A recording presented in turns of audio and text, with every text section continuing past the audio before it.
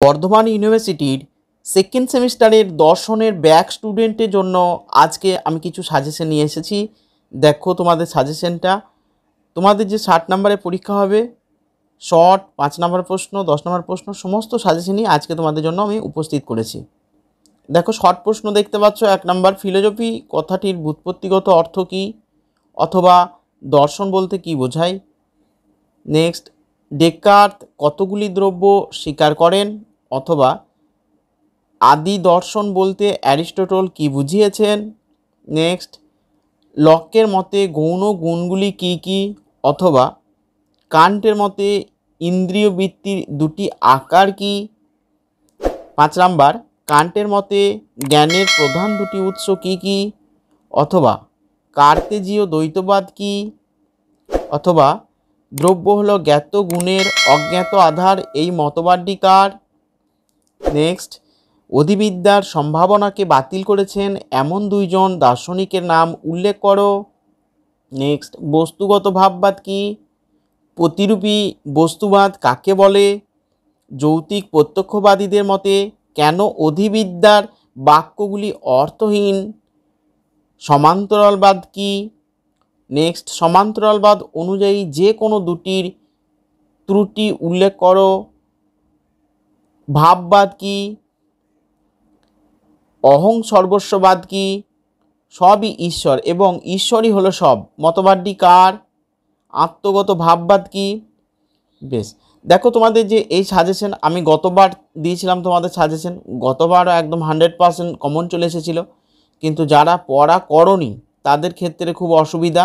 তাই তোমাদেরকে আমি বলবো এই সাজেশনটা আজ থেকেই পেয়েই তোমরা পড়াশোনা স্টার্ট করে দাও। এই প্রশ্নগুলো একটাও বাদ দেবে না, এই প্রশ্নগুলো অবশ্যই কিন্তু তোমরা করে নেবে, ঠিক আছে।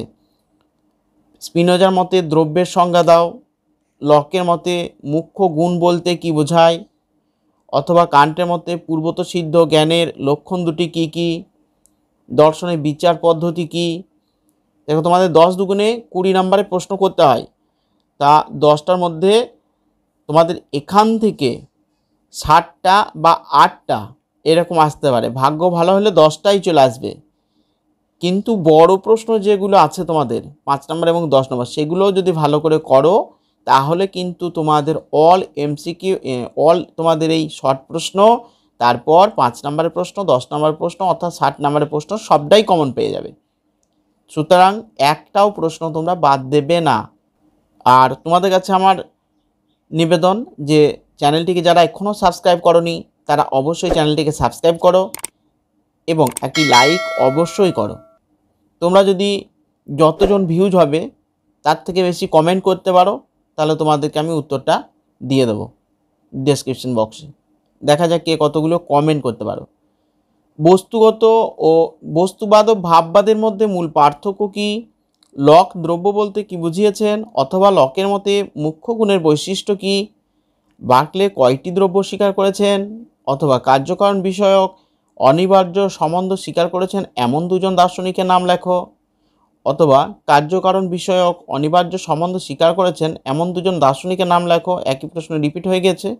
লকের বৈজ্ঞানিক বস্তুবাদকে প্রতিনিধিত্বমূলক বস্তুবাদ বলা হয় কেন, তা যুক্তিসহ আলোচনা করো। দ্রব্য কাকে বলে, বস্তুবাদ কি, সরল বস্তুবাদ কি, অমূল প্রত্যক্ষকে ব্যাখ্যা করতে পারে, যুক্তি দিতে হবে।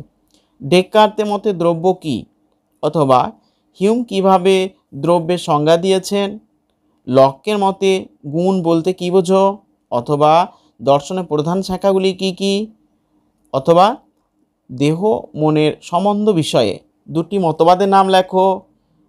উন্মেষমূলক অভিব্যক্তিবাদ কি। নেক্সট বা শেষ প্রশ্ন শর্টের মধ্যে ক্রিয়া প্রতিক্রিয়াবাদ কি। আছে তোমাদের দেখে মনে হচ্ছে 64টা, কিন্তু 50টা প্রশ্ন আছে, কিন্তু 50টা শর্ট করতে হবে। হ্যাঁ, এর কমে করলে তোমাদের কিন্তু হবে না, এইগুলো করতেই হবে, এইগুলো থেকে বাদ দিও না।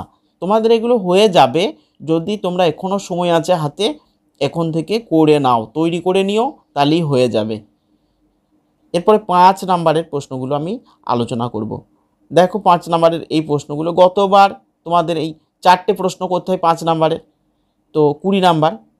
এবার তোমাদের গতবার একদম 100% কমন চলে এসেছিলো, 10 নম্বরেরও কমন চলে এসেছিলো। তোমরা যারা এই সাজেশন দেখে পরীক্ষা দিয়েছিলে তারা অবশ্যই জানো, কিন্তু দুর্ভাগ্যবশত তোমাদের পড়া হয়ে ওঠেনি বলে তোমরা ব্যাকটা পেয়ে গিয়েছো। সুতরাং এইবারে যেন আর ব্যাক না আসে সেই জন্য বলছি, এই সাজেশন একটাও বাদ দেবে না, সমস্ত সাজেশনটাই একদম খুঁটিয়ে করবে। অধিবিদ্যা সংক্রান্ত দিয়েছি, অধিবিদ্যা সংক্রান্ত একটা প্রশ্ন আসবেই, এই অধিবিদ্যার এই প্রশ্নটা করে নিলে ওই চ্যাপ্টার মধ্যে আর কিছু প্রশ্ন বাকিই থাকে না। সুতরাং এই প্রশ্নগুলো এমন করে একটার মধ্যে উত্তর লিখবে যেন যাই আসবে একটা উত্তর লিখে দেওয়া হয়। টোটাল আমি 4টে প্রশ্ন দিয়েছি দেখো অধিবিদ্যায়। অধিবিদ্যার প্রধান শাখাগুলি কী কী, অধিবিদ্যা কী সম্ভব, অধিবিদ্যার সম্ভাবনা সম্পর্কে কান্টের মতবাদ লেখো, বা অধিবিদ্যার সম্ভাব্যতা বিষয়ে যৌক্তিক প্রত্যক্ষবাদীদের মতবাদ লেখো, অথবা অধিবিদ্যার সম্ভাবনার বিরুদ্ধে হিউমে যুক্তি দ্বারা বিচার করেছেন আলোচনা করো, অথবা অধিবিদ্যার স্বরূপ ব্যাখ্যা করো।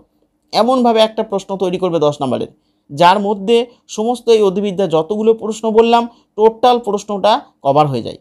এবার তোমার যদি এখানে 5 নম্বরের আসে তুমি সেই রকম করে লিখবে, তোমার যদি 10 নম্বরের আসে তুমি সেই রকমভাবে লিখবে।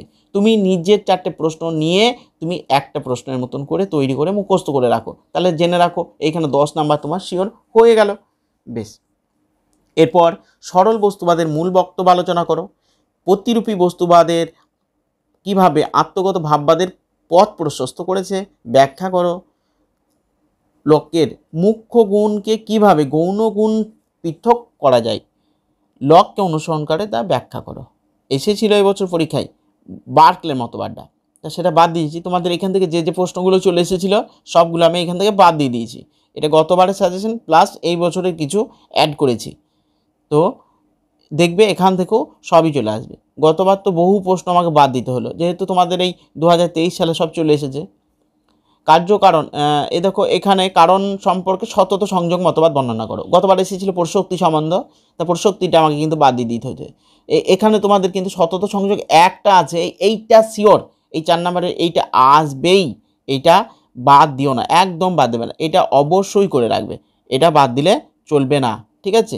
বেশ, তারপরে দেখো দ্রব্য সম্পর্কে লকের মতবাদ আলোচনা করো, অথবা দ্রব্য সম্পর্কে অভিজ্ঞতাবাদীদের মতবাদ আলোচনা করো, অথবা স্পিনোজার মতে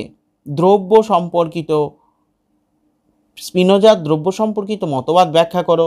6 নম্বর যান্ত্রিক বিবর্তন কি যান্ত্রিক বিবর্তনবাদ ব্যাখ্যা করো, অথবা যান্ত্রিক অভিব্যক্তিবাদ কি ব্যাখ্যা করো, অথবা প্রজাতি কি ডারউইনের প্রজাতি জৈব বিবর্তনবাদ সম্পর্কে একটি টিকা লেখো। এই ছিল তোমাদের 5 নম্বরের প্রশ্ন।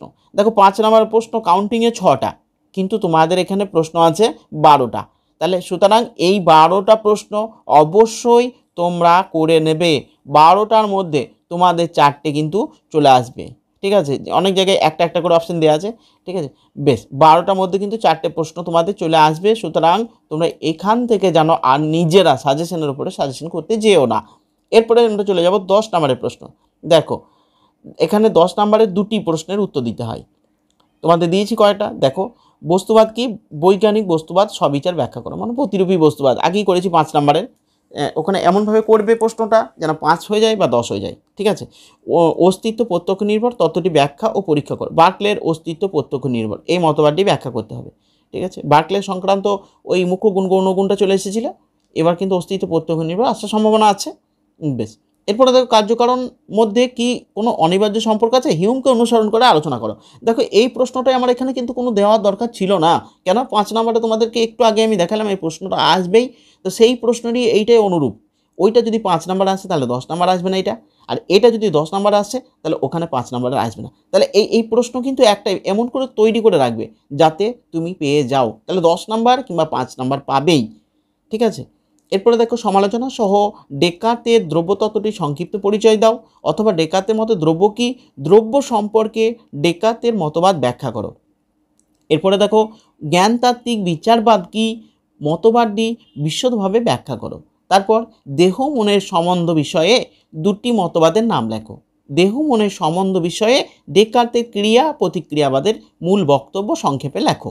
তারপরে ক্রিয়া প্রতিক্রিয়াবাদ কি দেহ মনের সম্পর্ক বিষয়ে ক্রিয়া প্রতিক্রিয়াবাদ ব্যাখ্যা ও পরীক্ষা করো। তাহলে দেখো তোমাদের এখানে দেহ মনের সম্পর্ক বিষয়ে ক্রিয়া প্রতিক্রিয়াবাদ এটাও গ্যারেন্টি আসবে 10 নম্বরের প্রশ্ন, সুতরাং এটাও ভালো করে রাখবে।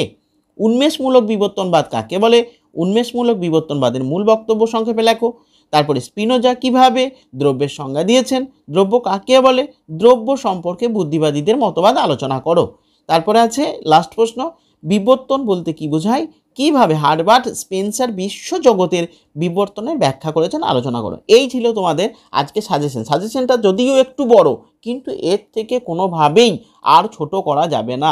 যদি তোমরা ছোট করে নাও তাহলে দেখবে যে কমন আসছে না, কেননা সিলেবাস তোমাদের বৃহৎ সিলেবাস।